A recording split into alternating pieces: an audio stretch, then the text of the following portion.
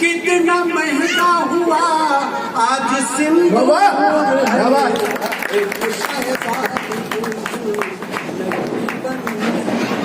एक तो सभा में जो लोग बैठे हैं माथे पे बिटिया है, आंखों में कजरा, चितवन में जादू और जूड़े में गजरा। चितवन में जादू और जूड़े में गजरा। घेरी घेरी आवेले, घेरी घेरी आवेले, सावन का बदरा गोरी। अचरवा के छाँव कोयलिया बोलन लगी, बजी पायल गोरी तोरे पाँव, कोयलिया बोलन लगी। और तो मंजिल मिल जाएगी। तुम अब बंद न क्या? स्वागत है भैया, स्वागत। तू क्षितिज के पार हमारा छोटा सा संसार, दूर क्षितिज के पार हमारा छोटा सा संसार। मुस्कानों की बिछी चांदनी, क्या गीत है? तुम हंसो कुछ हम हंसे, कुछ हम हंसे कुछ तुम हंसो, तो कलियां खिल जाएगी, तो कलियां खिल। मीठी मीठी ताली।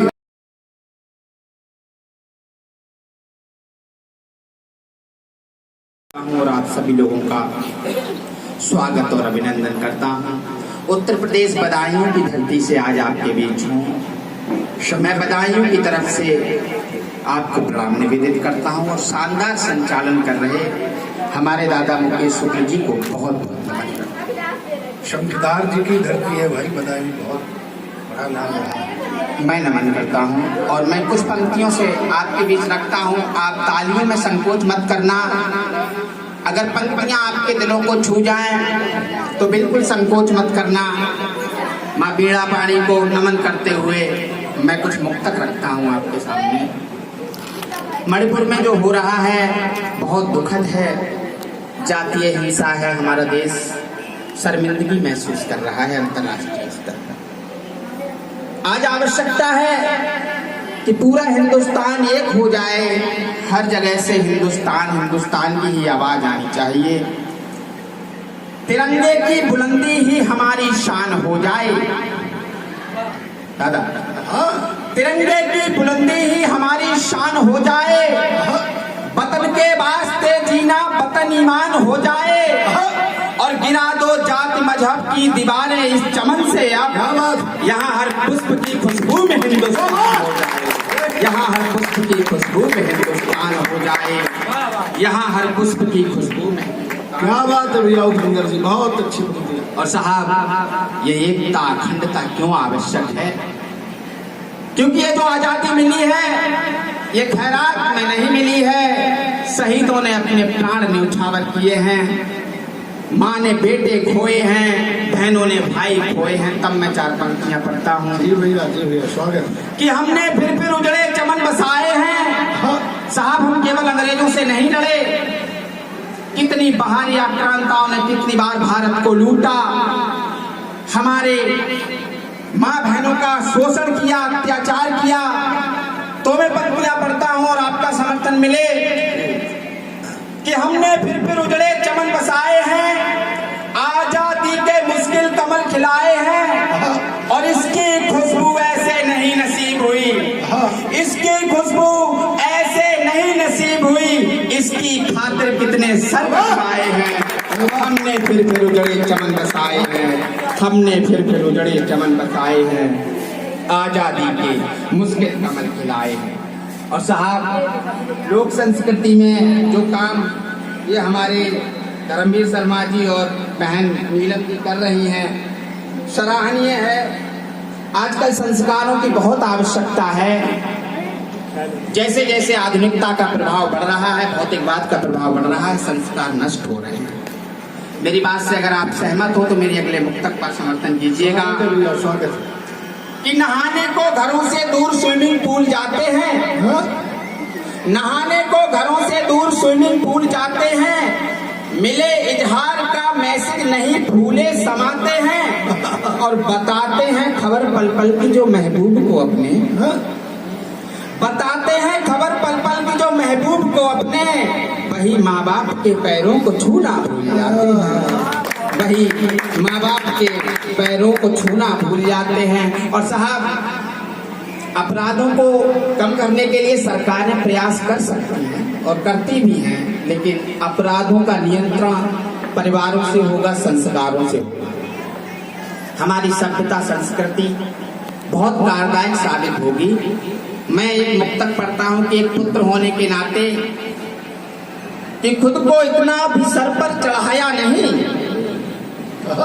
खुद को इतना भी सर पर चढ़ाया नहीं और हद से भी ज्यादा गिराया नहीं, और जिस कदम से कभी सर पिता का उठे, जिस कदम से कभी सर पिता का झुके, वो कदम भूलकर भी उठाया। क्या बात है बाबा, वो कदम भूलकर भी उठाया नहीं, मैंने खुद को भी इतना सर पर चढ़ाया। क्या बात है।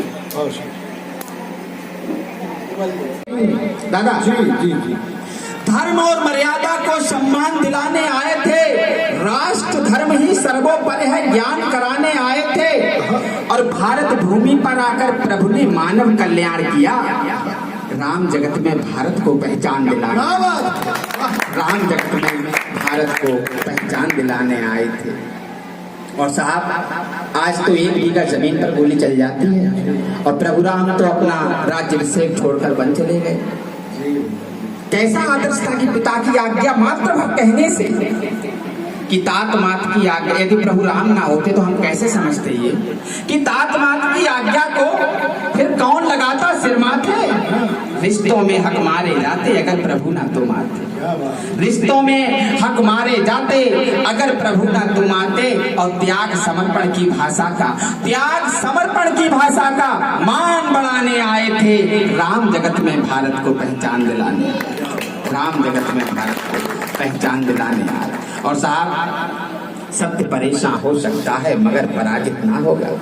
आज कुछ लोग हैं परेशानियां झेलते हैं लेकिन सत्य का साथ नहीं छोड़ते। प्रभु राम ने कहा कि सत्य परेशान हो सकता है मगर पराजित ना होगा, अहंकार मदलोभ कभी विजयी परिभाषित ना होगा।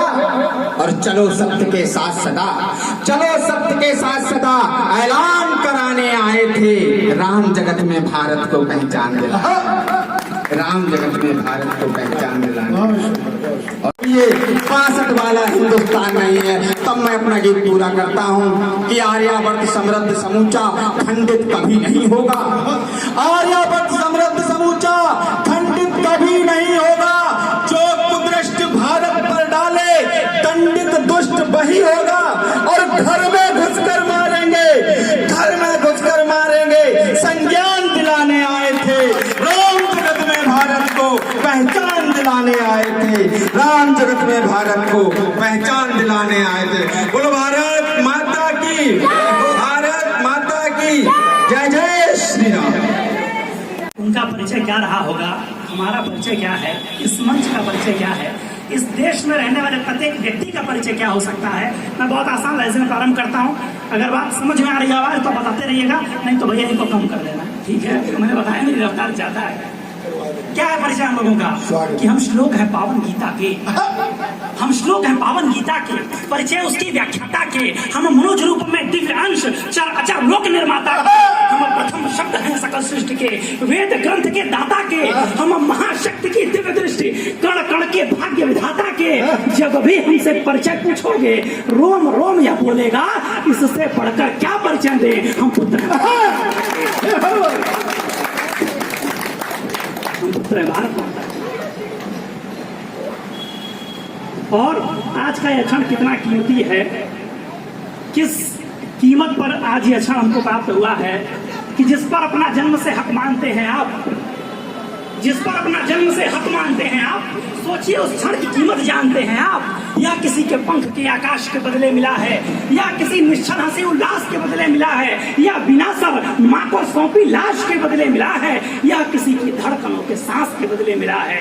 कोई इस क्षण के लिए खुद को गंवाने में लगा है, कोई इस क्षण के लिए खुद को गलाने में लगा है, कोई इस क्षण के लिए खुद को खपाने में लगा है। दीजिए इस क्षण को आदर, क्योंकि सरहद पर कहीं कोई इस क्षण के लिए गर्दन कटाने में लगा है।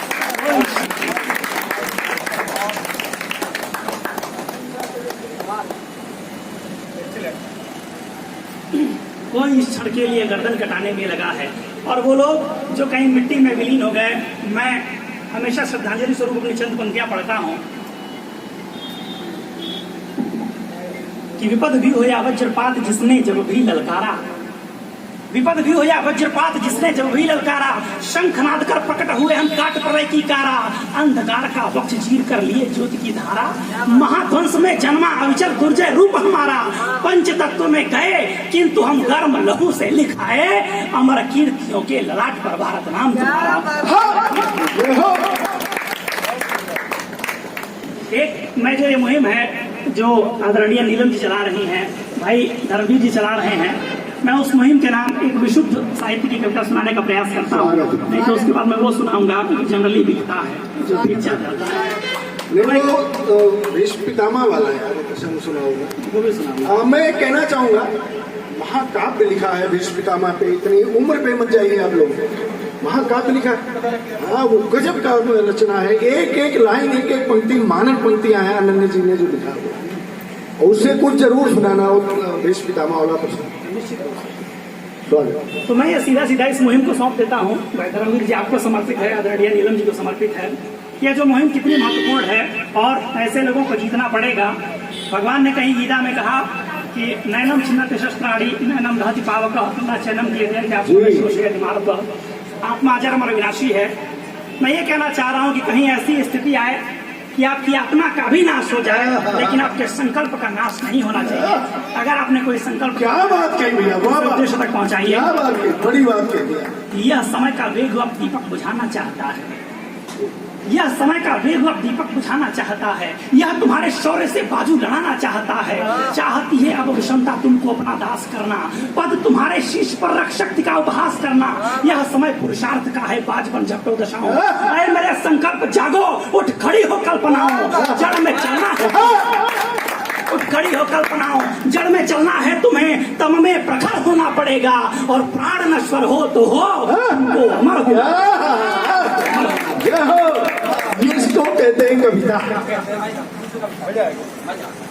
एक मानता हूँ यामिनी सब ज्योतियों को पी रही है, किंतु यह खाकर तुम्हारी ही चमक को जी रही है। तो कहो संकल्प जागे, यामिनी से रण करे, और पौरुष वीर गज तक जूझने का प्रण करे, फिर कर्म बल से भाग्य का लेखा उलाटे, हर निराशा ध्वस्त कर दे, हर विपद के शीश काटे, और घेर लेगी जब विषमता, जब विषमता घेर लेगी तब मुखर होना पड़ेगा। प्राण नश्वर हो तो हो, तो अमर होना पड़ेगा। जब विषमता घेर लेगी, ये पंक्ति अनन्य ही लिख सकता है। बधाई हो बेटा, बाबा गजब।